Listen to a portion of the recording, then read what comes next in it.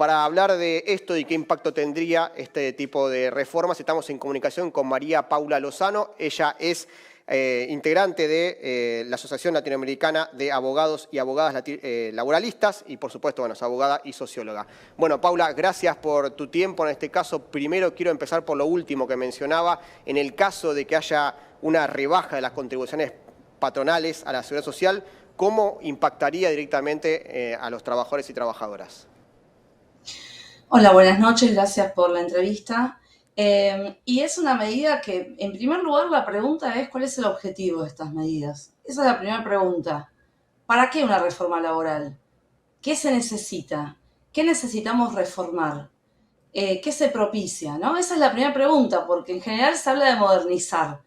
Y bueno, este mega decreto no hemos visto la letra, pero sí hemos visto los anuncios. Ninguna de estas medidas vinculadas a la reforma de cierta normativa laboral tiene que ver con modernizar ni modificar nada acorde a las necesidades de las personas trabajadoras. En el caso de las contribuciones y aportes patronales, lo único que significaría es un beneficio para el sector patronal sin que eso implique ningún tipo de mejora del sistema, en particular de la seguridad social. El sistema de la seguridad social se sostiene precisamente con los aportes y es un sistema que, a partir del cual se puede garantizar jubilaciones, se puede garantizar un funcionamiento de obras sociales, se puede garantizar lo que es la cobertura frente a los riesgos del trabajo, frente a contingencias, frente a situaciones que se atraviesan en la vida de las personas que impiden trabajar o por la edad, o por una situación particular, o por una discapacidad, etc. La rebaja en las contribuciones, que fue una receta que se aplicó en los 90, lo único que hace es desfinanciar y hacer entrar en crisis el sistema. Es decir, no tiene ningún tipo de racionalidad ni sentido para lo que supuestamente se realiza, ¿no? Hay una campaña, por supuesto no es nueva, viene de hace tiempo, de los sectores de derecha que intentan imponer el discurso de que ante los problemas salariales, ante los problemas de falta de empleo formal, lo que buscan como solución, lo que suponen ellos como solución es aliviarle las cargas a las patronales, esto de modificar algunas multas, de poder cambiar el tema de las indemnizaciones, bueno, todo esto que mencionábamos en la introducción, se supone que ellos los dan como parte de solución. ¿Qué ejemplos tenemos de que se hayan aplicado este tipo de reformas, si se quiere, no con un proyecto, ¿no?, de reforma laboral que se haya implementado, pero sí con modificaciones que suelen aliviar por ahí las cargas patronales y las responsabilidades que tienen las empresas y que cercenan derechos de trabajadores? ¿Eso en algún momento funcionó? ¿En algún momento pudo generar que haya más empleo, que trabajen más personas, que cobren mejor? Hay un paradigma que ante una crisis lo que pretende es supuestamente mejorar cuestiones del mercado quitando derechos laborales. Ese paradigma neoliberal que se aplicó en la década de los 90 en nuestro país y que también se aplicó en el 2008 frente a la crisis en Europa, en distintos países, todo lo que generó fue exactamente lo opuesto. Estamos hablando de derechos fundamentales que tienen origen en el siglo XX, es decir, se consolidan, digamos, el conjunto de derechos laborales a inicios del siglo XX, en un periodo entre guerras, luego de graves crisis, en donde, digamos, se reconoce que no habrá paz en el mundo sin justicia social. Esto lo dice la Organización Internacional del Trabajo, que es un órgano compuesto por participación patronal de los estados y del conjunto de los trabajadores, este organismo internacional. Este reconocimiento implicó crear, digamos, como le decimos a los laboralistas, una especie de alianza, de pacto entre clases, en donde, bueno, se mantiene el sistema capitalista, pero con derechos mínimos que tienen que ver con la dignidad humana. Entonces, el derecho del trabajo tiene un sentido compensador. ¿Qué significa compensador? El sistema es tremendamente desigual. El capitalismo, digamos, se basa en que un sector se apropia de la fuerza de trabajo ajena, ¿no? Obtiene beneficio de la fuerza de trabajo ajena. ¿Y qué es la fuerza de trabajo ajena? Son personas humanos, que necesitan un salario, una remuneración, un ingreso para poder reproducir su vida y la de su familia, para poder satisfacer sus necesidades fundamentales. Entonces, ese derecho del trabajo, lejos de ser un regalo del cielo, trata de poner un poco en equilibrio. Si el desequilibrio es 10-0, con el derecho del trabajo estamos 8-2. No es que que los trabajadores y la parte empresarial son iguales. Jamás va a ser así porque el sistema es estructuralmente desigual. Entonces, estos derechos que ahora se pretende modificar de un plumazo y que sería absolutamente inconstitucional, ¿sí? Porque están plasmados en nuestra Constitución Nacional y en un conjunto de instrumentos internacionales que tienen carácter de la Constitución, como por ejemplo el Pacto Internacional de Derechos Económicos, Sociales y Culturales, los convenios de la Organización Internacional del Trabajo, que tienen carácter supralegal. Esos derechos que tienen que ver con que si una persona es despedida sin justa causa, es decir, por mera potestad patronal, por el poder que tiene el empleador de despedir, tiene derecho a que se le abone un resarcimiento por esa pérdida del empleo. Ese resarcimiento no compensa la gravedad que implica que una persona pase a ser desocupada. De ninguna manera. ¿Cómo es la indemnización que tenemos hoy en la ley de contrato de trabajo? Pero que esa indemnización ya viene de varios años atrás, inclusive en una ley puntual vinculada al Código de Comercio. Es decir, la ley de contrato de trabajo la reconoce en ese cuerpo normativo, pero ya existía desde antes. Reconoce un mes de sueldo, que le decimos la mejor remuneración normal habitual, por cada año trabajado. Es decir, es una tarifa. Si me preguntás mi opinión, es totalmente insuficiente para reparar el daño que provoca el despido. Si me preguntás mi opinión, yo estaría a favor de un sistema de estabilidad. ¿Qué significa un sistema de estabilidad? Que solamente se pueda despedir cuando hay incumplimiento. Por supuesto, si la persona no cumple, digamos, se le aplica la ley. ¿Sí? Esto que se dice todo dentro de la ley, si la persona no cumple, se debe aplicar la ley. Pero si cumple, ¿por qué va a ser de un día para el otro expulsada de su espacio laboral? Va a perder sus derechos, su familia va a quedar afectada. Es decir, el despido sin causa ocasiona un daño que va más allá de la persona que lo sufre, irradia a su familia, afecta el proyecto de vida. Esa persona ya no va a poder tampoco comprar, adquirir sus bienes fundamentales, por ejemplo, para poder satisfacer la necesidad alimentaria, la salud, su vivienda, algo que tanto también cuesta en este momento. Sus necesidades básicas quedan totalmente afectadas por ese despido. Entonces, esta indemnización que hoy se pretende cambiar por un sistema, como le llaman, de fondo de cese de empleo, que para quien no sabe qué es el fondo de cese de empleo, es una especie de, digamos, aporte que se va haciendo mes a mes, ¿sí? Que hace el empleador una contribución y que cuando la persona deja de trabajar, eso se aplica en la industria de la construcción, lo retira. Pero ¿cuál es el problema? Fundamentalmente, ese fondo de cese de empleo es insuficiente, no repara el daño que implica, ¿sí?, la privación, digamos, del empleo, pero aparte no tiene ningún efecto disuasorio. Es decir, para quien despide, para el empleador, es prácticamente en ese momento, es gratis en el momento de la extinción del contrato. Es lo mismo renunciar que exista un despido. Entonces, ese fondo de cese de empleo directamente no satisface lo que dice nuestra Constitución, que es la protección frente al despido arbitrario. No es lo mismo cuando una persona renuncia por algún motivo personal a cuando de manera unilateral el empleador pone fin a la relación laboral.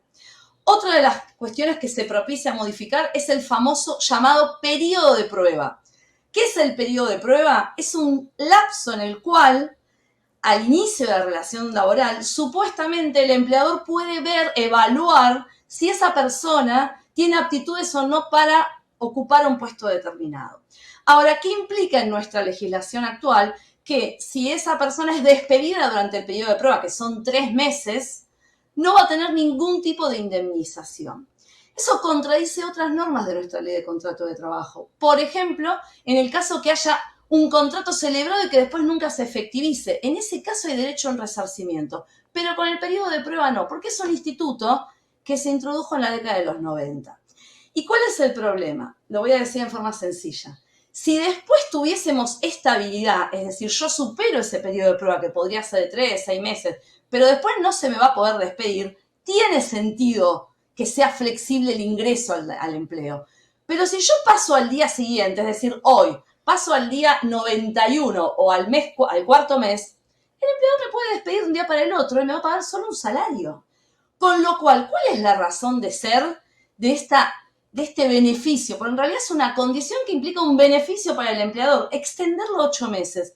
Lo único que va a generar esto es que haya un abuso de este instituto, lo que se hizo en la década de los 90, que era contratar personas por un tiempo mucho más breve, cosa que tampoco está permitida en la normativa, pero se hizo, y se va recambiando. Entonces, una mano de obra que no se llega a calificar, no se adquiere estabilidad.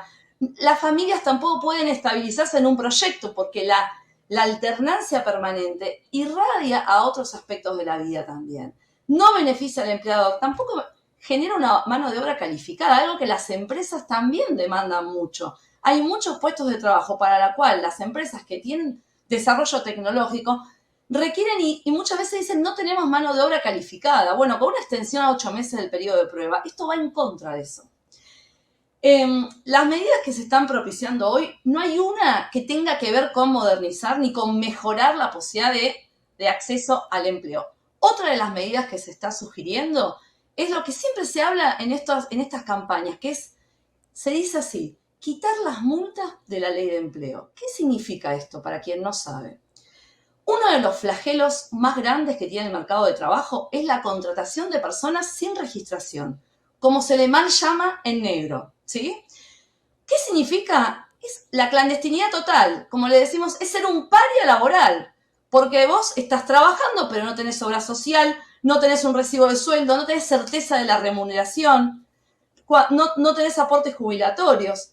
El día que se extingue ese contrato se puede extinguir la palabra y recién ahí seguramente podés ver a un abogado e iniciar un reclamo judicial, pero con mucha desventaja, porque no hay, o sea, para poder probar ese vínculo tenés que contar con testigos.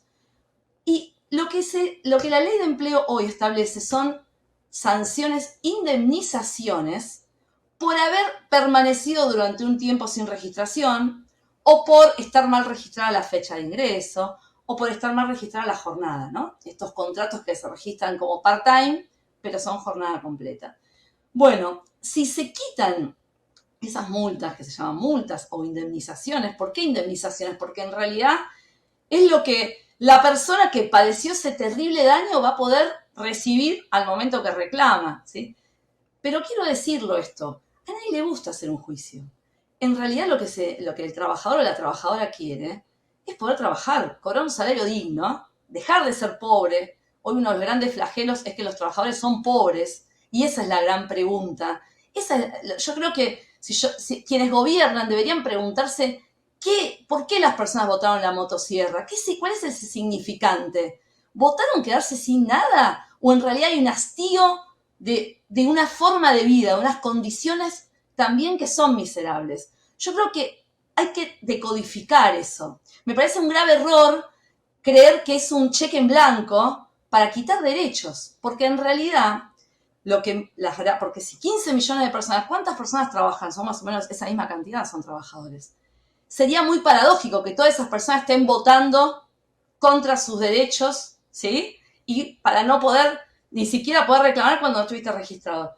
Entonces, ahí lo que en realidad hubo es un hastío, una bronca. Y sin duda que es válido el tema de la bronca frente a esa condición que hoy atraviesan múltiples trabajadores que tiene que ver con la falta de ingreso digno, que eso viola también la Constitución, viola la ley de contrato de trabajo. Por eso no se soluciona sacando justamente los derechos que hoy tenemos. Se soluciona haciendo las reformas tanto de sistema de mercado en la economía, ¿sí? Fundamentalmente, y mejorando la normativa. Por ejemplo, ¿qué habría que mejorar? En lo que tiene que ver con el reconocimiento de los trabajos de cuidado. Nuestra ley de contrato de trabajo no los reconoce. Esto profundiza las asimetrías y las discriminaciones por razón de género, ¿sí? La ley de contrato de trabajo parte de la idea que todas las personas van a trabajar y especialmente regula bajo el formato de varón trabajador.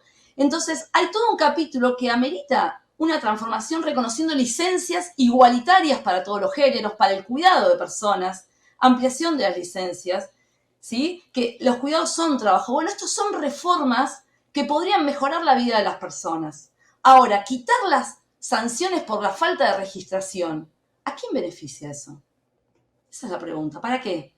Lo único que genera es un bill de indemnidad para que simplemente se pueda contratar personas sin registración. O sea, eso es lo único que surge, digamos, como resultado. Y quiero decir algo, y este conjunto de normas que se dice que se van a modificar, violan la Constitución Nacional. Son claramente inconstitucionales.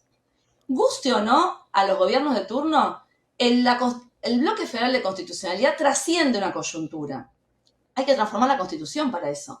Porque justamente tiene que ver con una norma fundacional, en algún punto, si lo existe, ¿no? En una sociedad, la sociedad puede subsistir a través de una normativa, de un pacto interno. Si no, no hay, si no es la guerra de todos contra todos, ¿no? Entonces, la idea de que exista una norma fundamental tiene que ver con un pacto de convivencia humana. Bueno, nuestra norma fundamental hoy ha incorporado los instrumentos internacionales de derechos humanos, tienen rango constitucional, y la Argentina incurre en responsabilidad internacional si no cumple esos tratados e instrumentos, con lo cual todas estas reformas que mencioné, todas violan el artículo 14 bis, pero no solo el 14 bis. Si sacáramos el 14 bis, nos queda el artículo 75, inciso 22, que jerarquizó a la mayoría de los instrumentos internacionales de derechos humanos, que reconoce estos derechos. El protocolo de San Salvador reconoce el derecho a la estabilidad laboral. Inclusive deberíamos regular mejor estos derechos. Inclusive estamos en falta. Hoy tenemos el convenio 190 de la OIT, ¿sí? Del año 2019, no fue de hace un siglo. Y fue firmado por los empleadores, por los estados y por las organizaciones sindicales en la OIT contra la violencia y el acoso en el mundo del trabajo. Y establece un montón de obligaciones que tienen que adoptar los estados para adecuarse al convenio. Bueno, hagamos eso si queremos reformar normativa. Eso está latente y eso implica para el Estado responsabilidad también.